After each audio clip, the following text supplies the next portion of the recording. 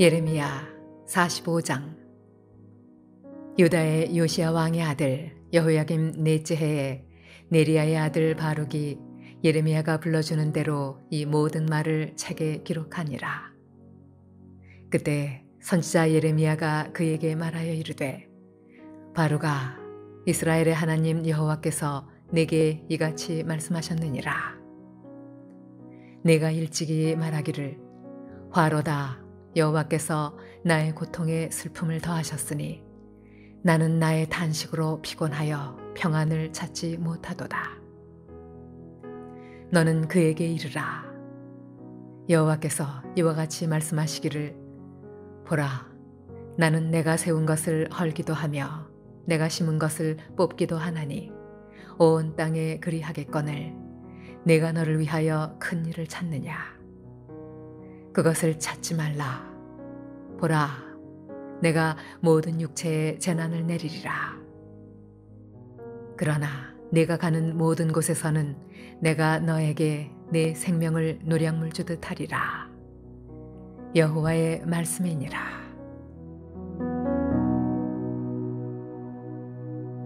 할렐루야. 사랑하는 물레동교회 성도 여러분, 오늘 하루도 주 안에서 승리하시기를 주님의 이름으로 축복합니다.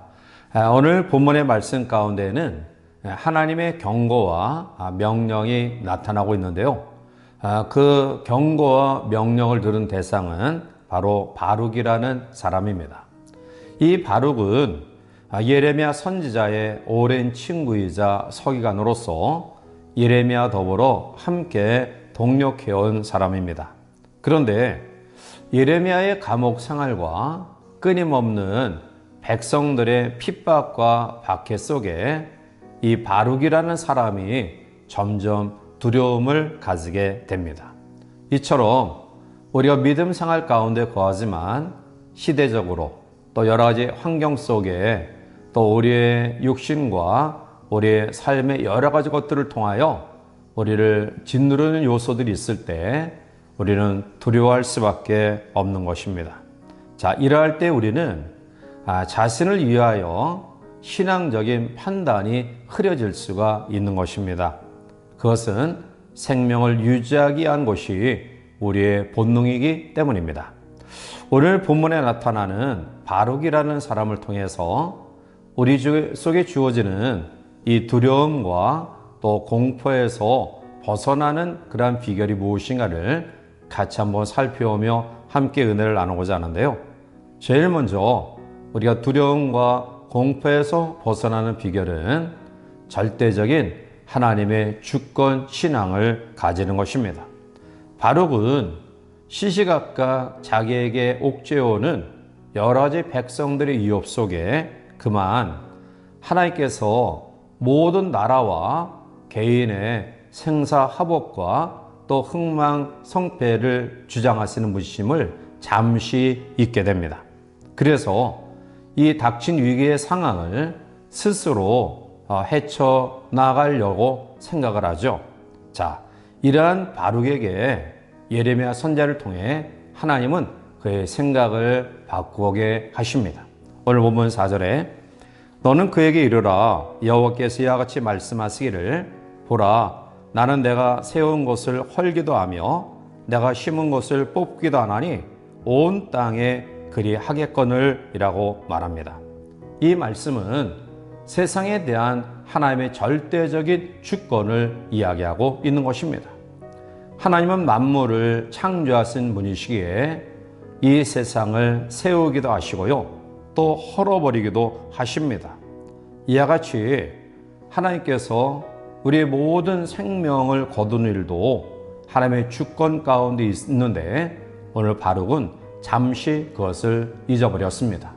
전도서 3장 11절에 하나님이 모든 것을 지으시되 때를 따라 아름답게 하셨고 또 사람들에게 영혼을 사모하는 마음을 주셨느니라.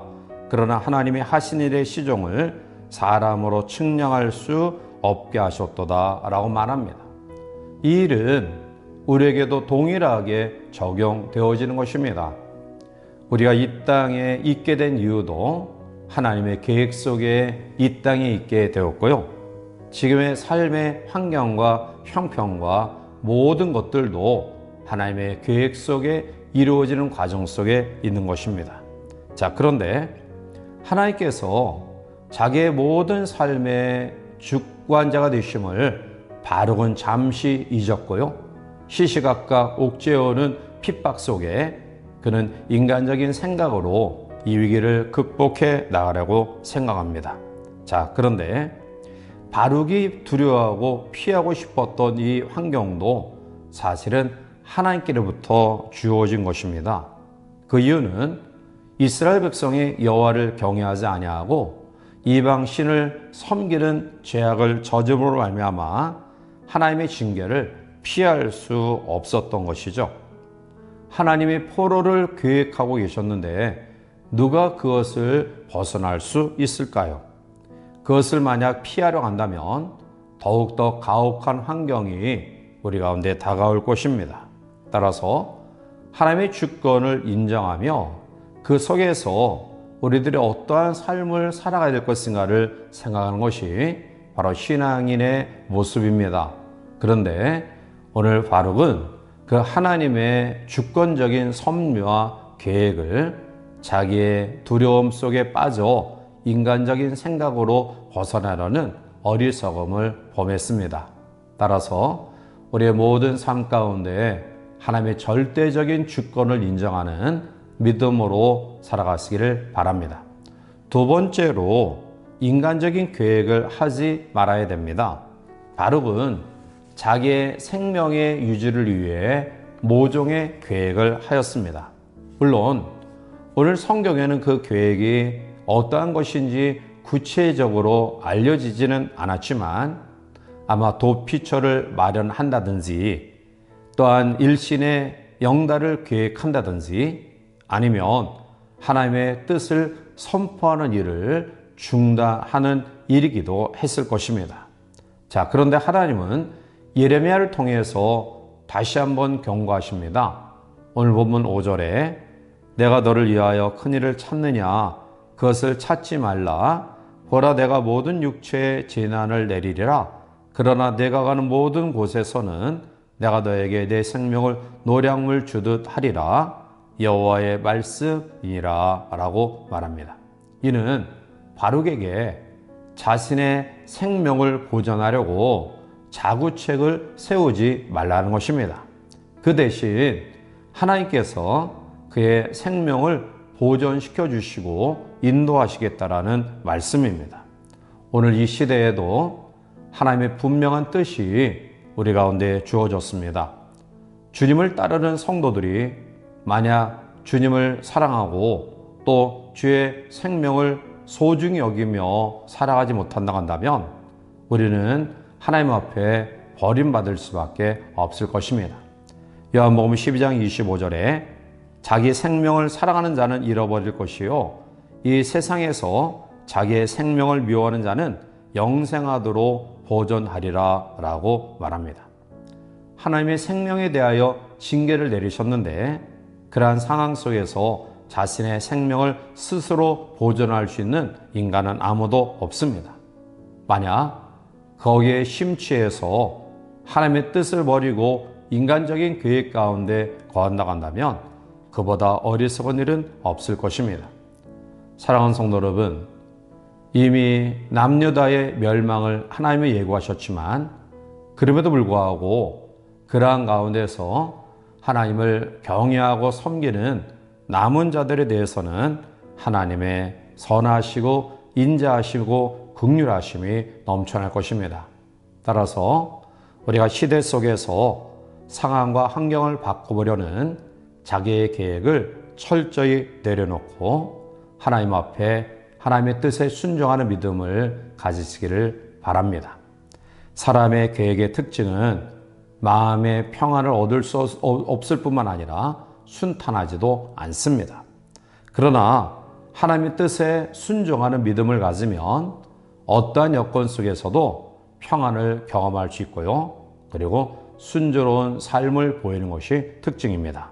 따라서 여러분들의 삶 속에서 하나님의 주권을 인정하며 또 그 뜻 앞에 우리의 뜻을 굴복시키는 순종의 믿음을 통해서 하나님의 인도하심 속에 거하는 복된 성도의 삶이 가득하기를 주님의 이름으로 간절히 축원해 드립니다. 함께 기도하시겠습니다. 사랑과 은혜가 충만하신 하나님, 우리가 믿음 생활에 나가는 가운데서 또 때로는 좌절하고 절망하고 두려움에 빠지는 이유는 상황과 환경과 사람을 통해 우리에게 어려움이 가중되어질 때 우리는 하나님의 절대적인 주권을 잠시 잊어버리기 때문입니다.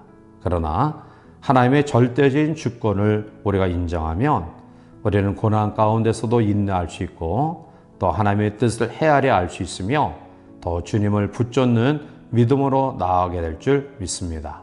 따라서 하나님의 절대적인 주권을 인정하며 하나님의 뜻 앞에 나의 뜻을 굴복시켜 순종하는 믿음으로 절대적인 하나님의 인도하심 속에 걸어가는 복된 성도의 삶이 되게 역사하여 주시옵소서.